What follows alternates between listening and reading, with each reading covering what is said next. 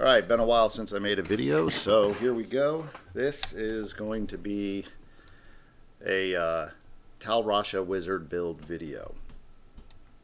So I'm going to go over a couple of the quick things. I have like 3 variations of this Tal Rasha build that I do.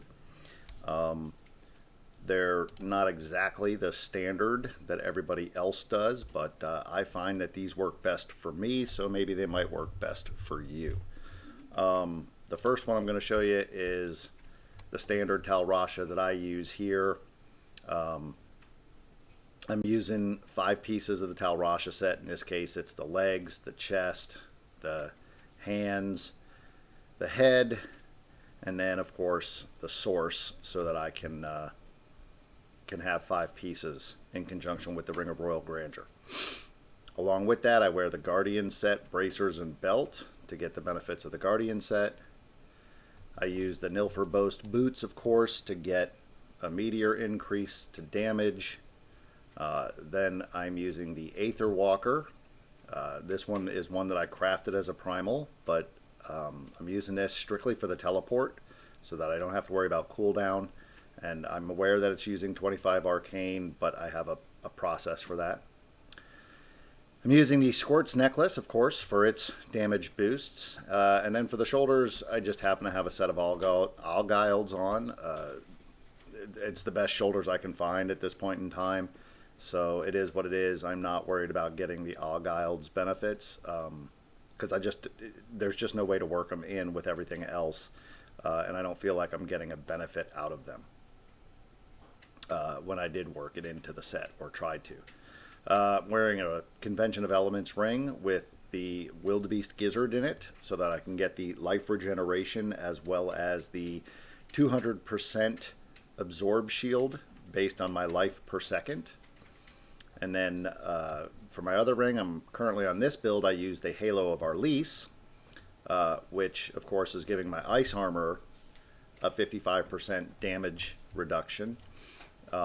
And then I put the Bane of the Powerful in there so that I can get a 20% increased damage at all times after killing that first elite, and then a 15% damage against the elites, and of course 15 reduced damage from elites. In the Squirt's necklace, of course, we're using the Bane of the Trapped. It's pretty reasonable why I'm using that. In the cube, we've got the Grand Vizier for the 400% increase to the meteors. We're also using Mempo of Twilight, another 400% increase to meteors, right? And then, of course, the Ring of Royal Grandeur. Now, for the passives, I am using Power Hungry, get a 30% damage boost when I'm further away than 30 yards.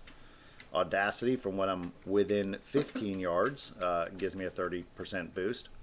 And then Dominance, I'm using this because it grants me an absorb shield for 2% of my life in damage for 3 seconds, and then can stack up to 10 times, right? I can get a 30-second shield based on 2% of my life.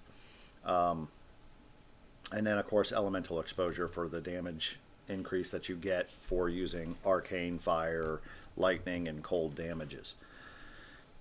So how do I achieve all 4? In this particular build, I'm using Meteor Thunder Crash on my primary mouse button. That gives me lightning. I'm using the Familiar with Spark Flint, gives me fire. I'm using Ice Armor Frozen Storm because it puts a swirling storm around me at all times. That gives me my cold damage when I teleport into a pack of elites, and it hits them with that cold right away. And then everything else is falling in place with it casting.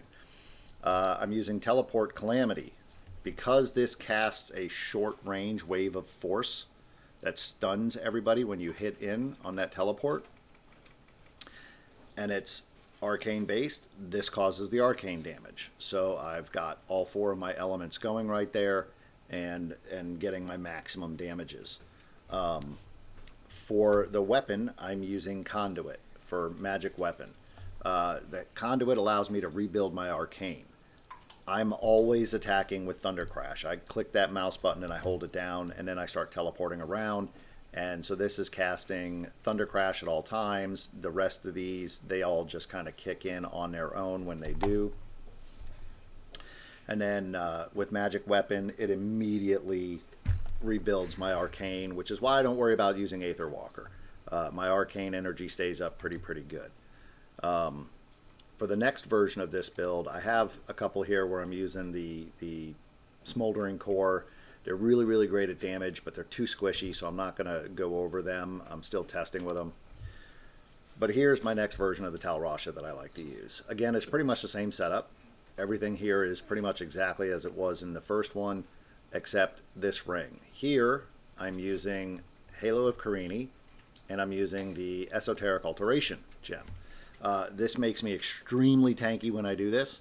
My toughness gives up over 3 billion, so I have a lot of staying power when I'm in there in the fights, and then it's just a matter of destroying everything with the meteors. Now, the one thing that does stink about this particular build is I'm not getting all 4 elemental damage bonuses built up because I don't have a cold damage with it. Because I'm using the Halo of Carini, it means I'm taking off the ice armor and I'm putting on storm armor. In this case, the storm armor is reducing my arcane power cost. So again, I could teleport around like crazy. So what this one requires, since it's so much more tankier, I can actually just teleport in on a pack of enemies, and I could just sit there and cast the Thunder Crash all day, Familiars casting Fire, and then of course Calamity, since I teleported in, when I hit them with the Arcane, and I get those 3 elements. The only one I'm missing is Cold. It's a little bit of a damage reduction there, so it takes a little bit longer to kill stuff, but nonetheless, still works out really well. Again, we're using a Power Hungry, Audacity, Dominance, and then Elemental Exposure. And then on my final version of this, again, pretty much all the armor is the same as the first 2. The one thing that I do change here again is a ring, and I change out for the Stone of Jordan. Stone of Jordan gives me a elemental boost to all the elements that I'm doing damage in. And so in this case, I am back to all 4 elements. So we got lightning, fire, cold, and arcane. And this boosts them to the max percentage of whatever my highest elemental percentage is. So in this case, I think the one thing that I'm wearing that has elemental damage on it is the bracers. So lightning skills deal 15% more damage. If I can get a better set of bracers that do something for cold or whatever it may be, you know, the higher that percentage is, the better it spreads it out across all the details. For example, if I put this on and I bring up the details, as you can see here, fire, lightning, cold, and arcane are all now doing 25% equally, right? So the better you can get of a Stone of Jordan ring in this case, the higher those will end up being. So right now I must have 2 things on that's giving me like 15%, maybe another 10% to lightning damage somewhere. And then that being said, it's overall bumping me up there. I'm not seeing where the other lightning damage is specifically, but nonetheless, it's bumping me up to 25 across the board. So I'll go over each one of these as we're playing it. I'm gonna equip them, and then we'll show you how each one does real quick. So let me go ahead and clear out some of the stuff I have in here.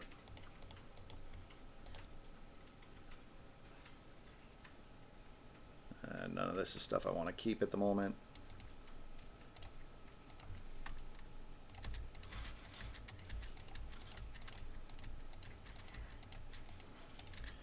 Alright, let's see. How many Greater Rift Stones do we have? We have 5. That's going to be more than enough to pull off a few examples of how this works. So the first one we're doing is the one where we're using Halo of Arlis with the Bane of the Powerful. And I'm testing everything at 110 Greater Rift right now. That seems to work best for me to kind of just go through as an example of how well this works. So as you can see, I am holding down my prism at all times. I'm just teleporting around into place. And while I'm holding down Thunder Crash on the meteor, it does its thing. The rest of those, the familiar, the storm armor, they're all doing their thing. Calamity, causing everything to fall down. And as you see, I am just kind of going through this really nice and easy. We'll bring up the thing here. We're getting about 630 million on the toughness. So a pretty decent toughness. It's not the greatest in the world, but then we have that absorb shield. Keep that in mind. That helps. And that's based off of our overall life through dominance. Now we also get an absorb shield from the Wildebeest Gizzard. So that's kind of nice. That one works a little bit differently because that's based on your life regeneration. And the one thing I want to do with this particular build is I think I'm going to balance out the paragons on it to where right now I put all my paragons into intelligence. I think I'm going to maybe, once I get to a total of 1,000 paragons in the intelligence spot, I'm going to then break it up and find a nice balance between vitality and intelligence so that I still have a good amount of damage based on the intelligence. But then my vitality, the more life I have, the better that dominance shield is going to be, and the tankier I'm going to end up being. So I'll have better ways of lasting here. So I'm not going to touch, if I can help it, any of these pylons. I just want to go through and show what it looks like playing it just as the build is with no extra help. So hopefully I won't have to use a health potion either because this is seasonal. And we know that those health potions grant you weird powers on a random basis. So right now I just want to show what it looks like playing based on the build setup itself. Now this particular build's been really good for solo play. I haven't taken any of this into a group play yet. So I'm not really sure how it'll do in a group play. If there'll be any added benefits, I'm sure it'll help. But as you can see, we're kind of just going through a 110 without any real difficulty here. We're way ahead of the curve on our time. We're going to easily finish this probably within 4 to 5 minutes.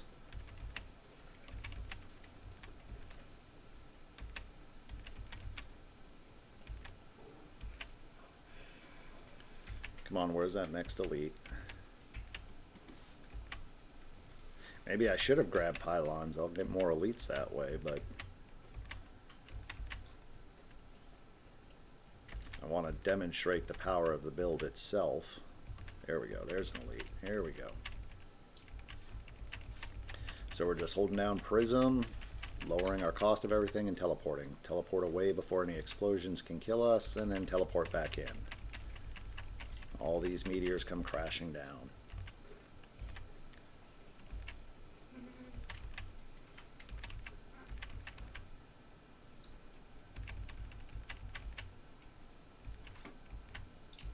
Oh, here we go. Some elites over here. So we're just going to sit here and teleport around and crash them.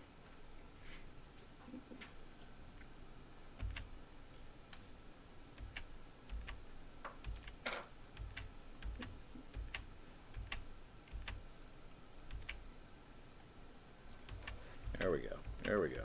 This should finish us out right here and bring out that Rift Guardian.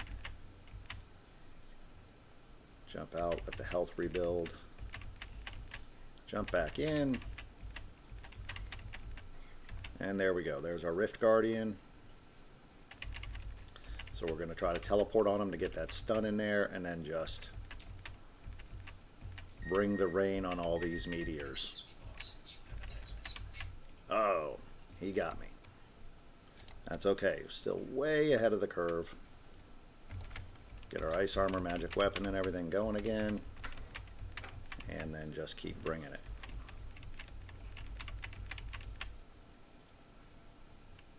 And there we go. So as you can see, we still had 10 minutes, 6 seconds remaining. So we completed it in under 5 minutes with this particular build setup here. And this is the one that's probably got the best balance between damage and defense compared to the other two. They're a little bit more oriented in one direction or the other, whether it be damage and or damage reduction. So we'll get into those here in just a second. We'll show you what those look like. Let's go clear this out.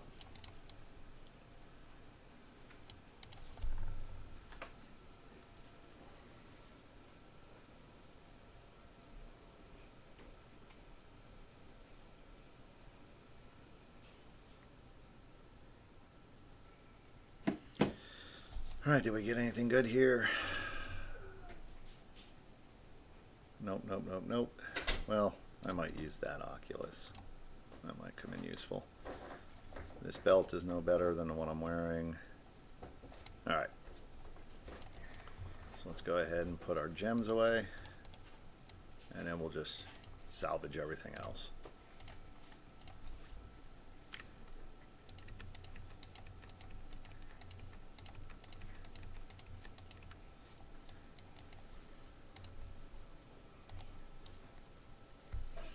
All right, let's move on to the next set here. So the next one we're going to do this Tal Rasha build. Now this is the one where we're using the Halo of Carini with the Esoteric Ulceration. So this is going to give us a lot more tankiness, but the damage, again, is not the greatest on this, but we can pretty much just sit on top of stuff and wait for it to die. That's the nice thing.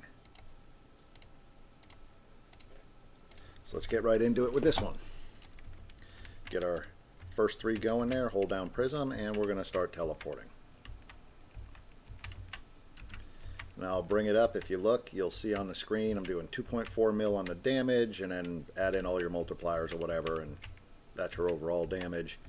But my toughness gets up as high as 3.2 billion. So we got a lot of tankiness here, and as long as we're teleporting around and applying our elements to everything in the area, we keep the tankiness up. So here again, we're looking for elites. We want to zap in on them with that teleport to stun them for a quick second, and then just get all the meteors that we can to fall. Watch out for the fat guys. They like to blow up. I hate them, because they end up killing me a lot of times with their little explosions.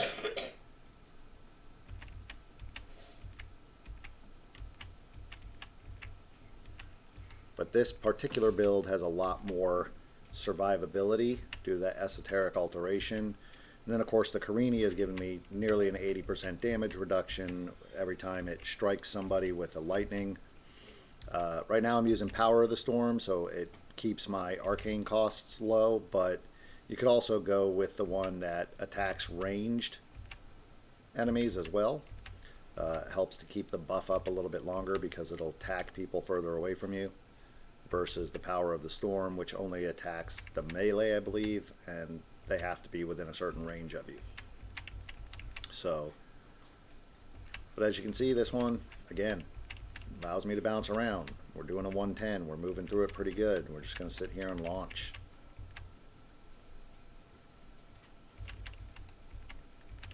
Now we're only getting those 3 elements again. You can see that our elemental exposure only has 3, and it never goes above the 3, so we're making the best that we can out of that.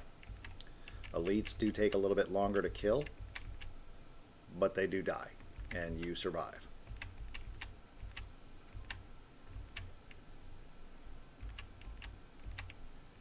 There we go. There's some more.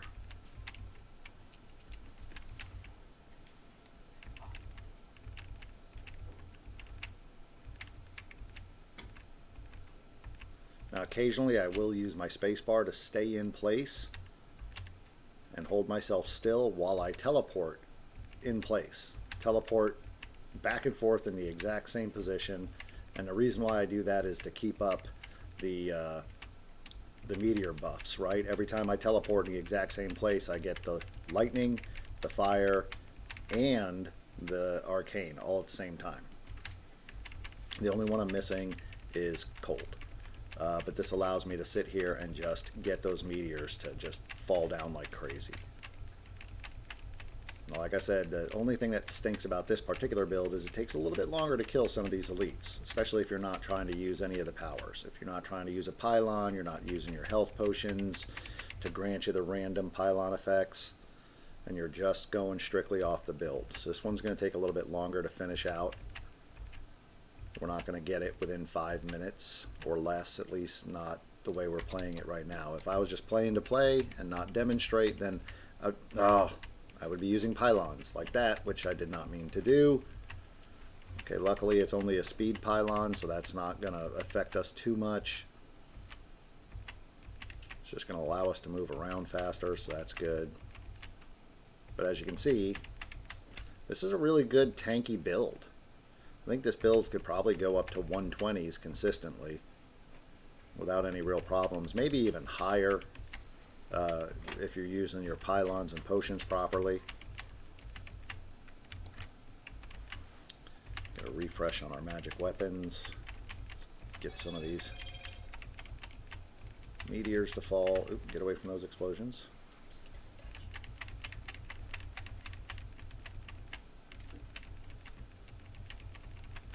Some more explosions, get away from those. And let's get this elite to die.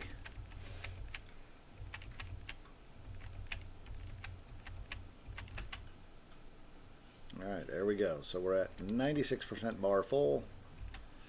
We're going to be getting that Griff Guardian here in a minute. This will finish it out right here.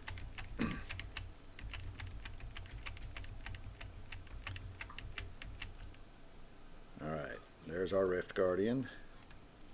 We're going to teleport in on him, stun him, and then just blast away. I'm going to keep teleporting, keep stunning. Now the one thing that sucks here is, as you can see, my arcane energies are going down now. Solo enemies, this does not do well for your arcane energy because you're only attacking one enemy, so it doesn't rebuild things very fast. So you just gotta be conservative, pay attention to what you're doing.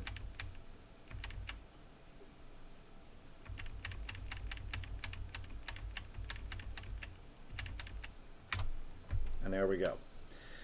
So a little over 5 minutes, not too bad. Again, like I said, very tanky build, just not as high in the damage area. So we'll get our Zay Stone of Vengeance here, because I do plan on doing a build using the Zay Stone of Vengeance, so I kind of want to see if with one of the builds it'll increase the damage a little bit. And then we'll go find what we got here, and then we'll go to the final build, the final version, the variation of it, and show you how that variation works.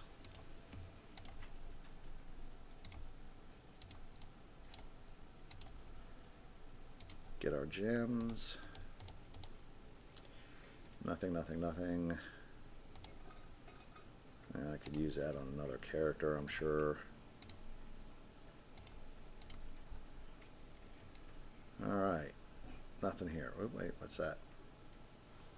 Electrocute. Alright, salvage all this.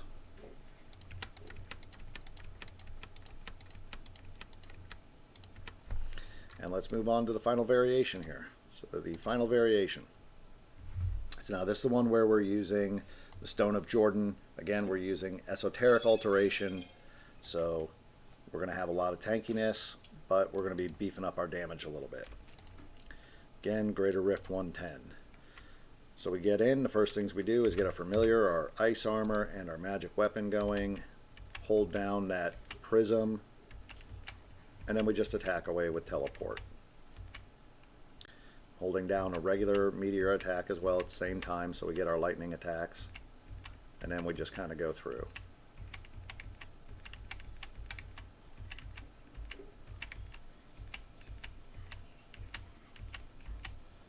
Oh, get away from those explosions. I hate exploding elites.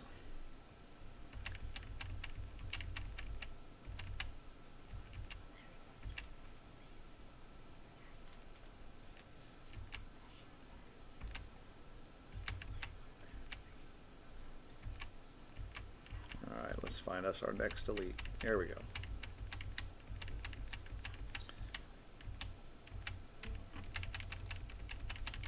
Teleport in place and just destroy them.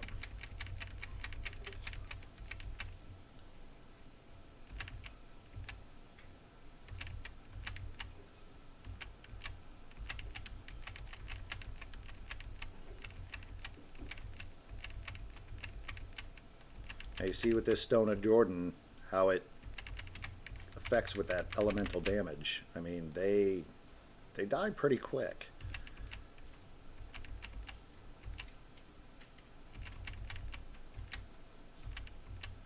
Like I said, I just need to get a better version of that Stone of Jordan ring with a socket. And I think I can get that elemental damage to bounce up a little bit higher, killing things a little bit faster. Now, just to show you the toughness here, the toughness is just shy of 1 billion. We're 853 million. So it never really gets much over that. A couple times I think I've seen it bounce to where it goes up to about 1 billion. It's like 1.0 and some change. But it pretty much just stays right around the 1 billion mark, which isn't too bad. It's enough toughness. Again, we're relying on dominance for our shields here, so the big thing that we want to do is make sure that our life is as high as possible. That's why I was saying I may balance out my paragons and put some into vitality. The higher I can get my life, the better that dominance shield is going to be for me. Maybe making me a little bit tankier. So as I go up in paragons, I'll keep building those two, giving me a nice balance of both damage and damage reduction. We don't want the pylon. Almost clicked on it by mistake. Alright, let's go.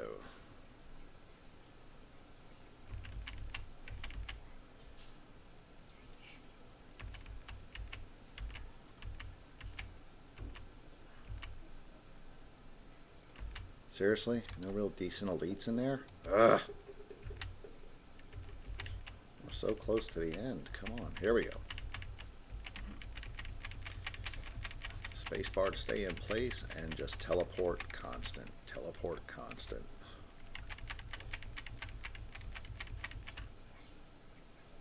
Now teleport also gives you a little bit of damage reduction when you first teleport. So as soon as you land, you've got a brief moment in time where you're not going to take any damage. That's why I continuously teleport in the same place if I can, because I can cast all these meteors on top of them, and while I'm teleporting, it's helping to keep my damage reduction up. So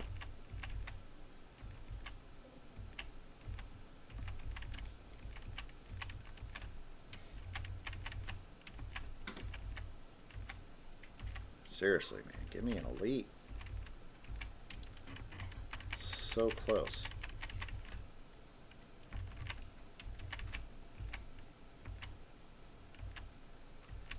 Oh, there we go. Brought him out. There's the Rift Guardian. And we're just going to teleport on top of him, try to keep him stunned, and try to just keep attacking, keep attacking, keep attacking.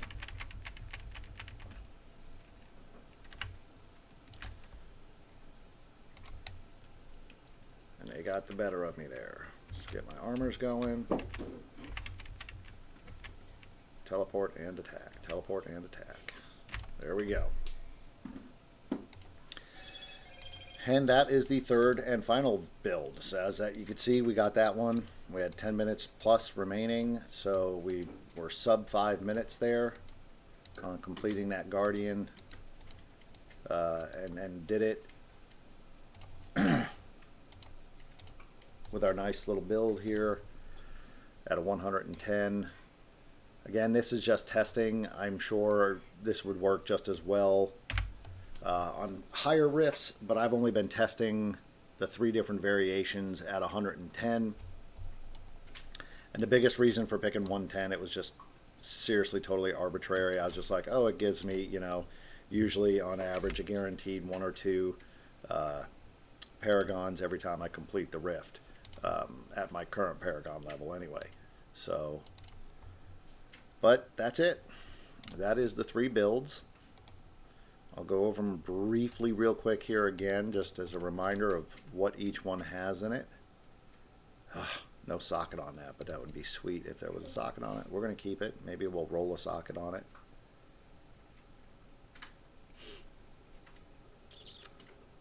Both of these are better than the one I'm wearing if I could just get a socket on them. I swear I'm not having luck with finding equipment with this character.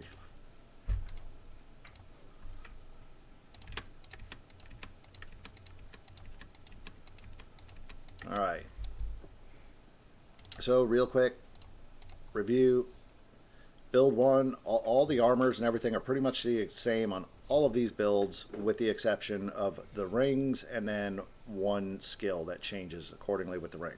So on the first version of it, we're using Halo of Arlis with Bane of the Powerful, so that we're geared more towards damage, not as much tankiness to this build, but it does destroy things a little bit quicker, a little bit faster.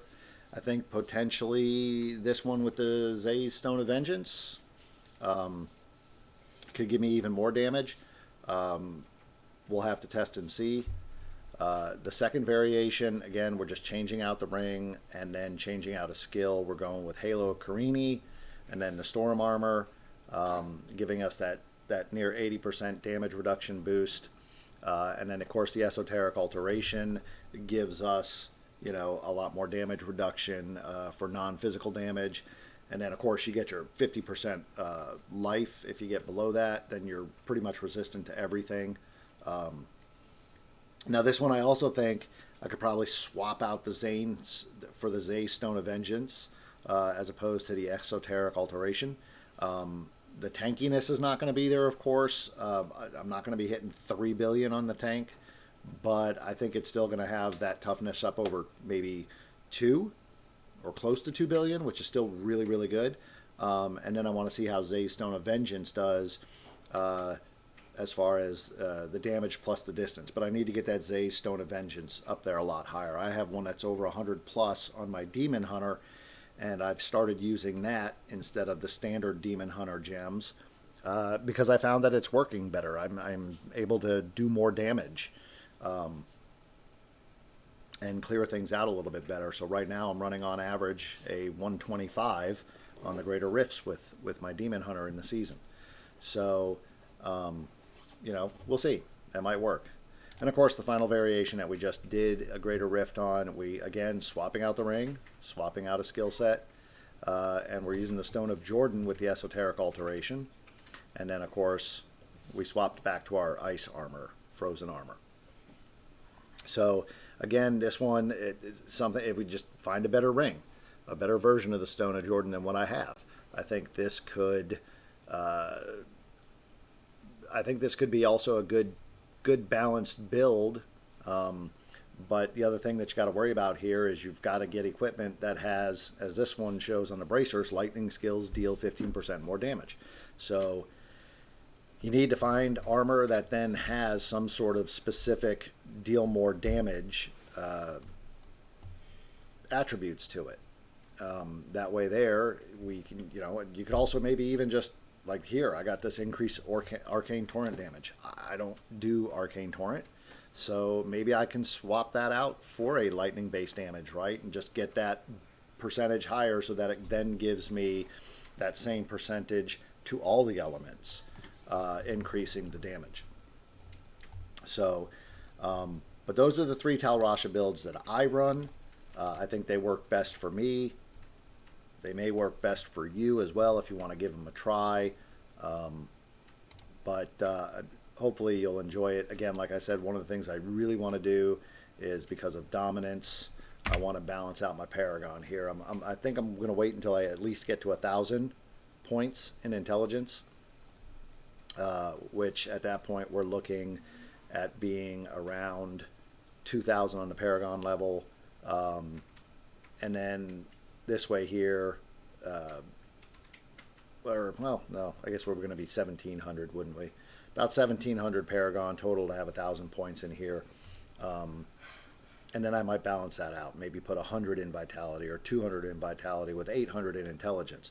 I know that's going to take my damage down a little bit, but beefing up my vitality is going to benefit my dominance. Because something you got to remember about the dominance is that whenever you kill an enemy, it grants you a shield that absorbs 2% of your life in damage, right?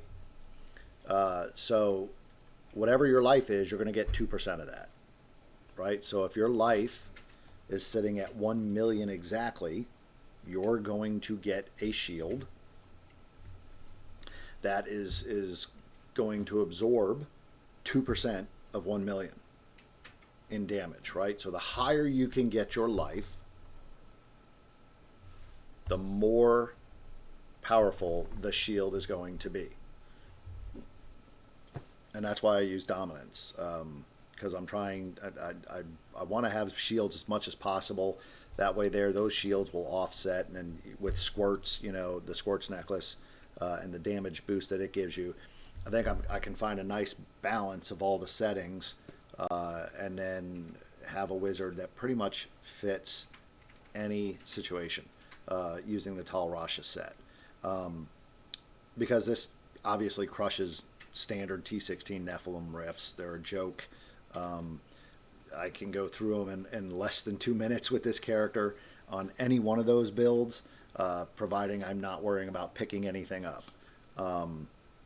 So if I'm just bouncing around killing everything, it clears them out in less than 2 minutes. So go ahead, pause the videos where you need to pause them, review the different settings and setups, and give it a try. See how it works for you and your playstyle. Again, this is the way I play the wizard in my playstyle.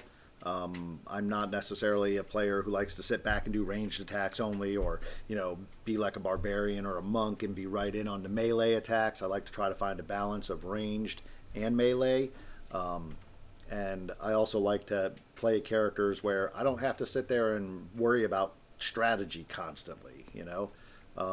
It's an action RPG after all, so I just want to get in, do some action, do some killing, and then maybe get back out, but still feel like I'm progressing through the levels. And I just like it to be quick, simple, and easy to play.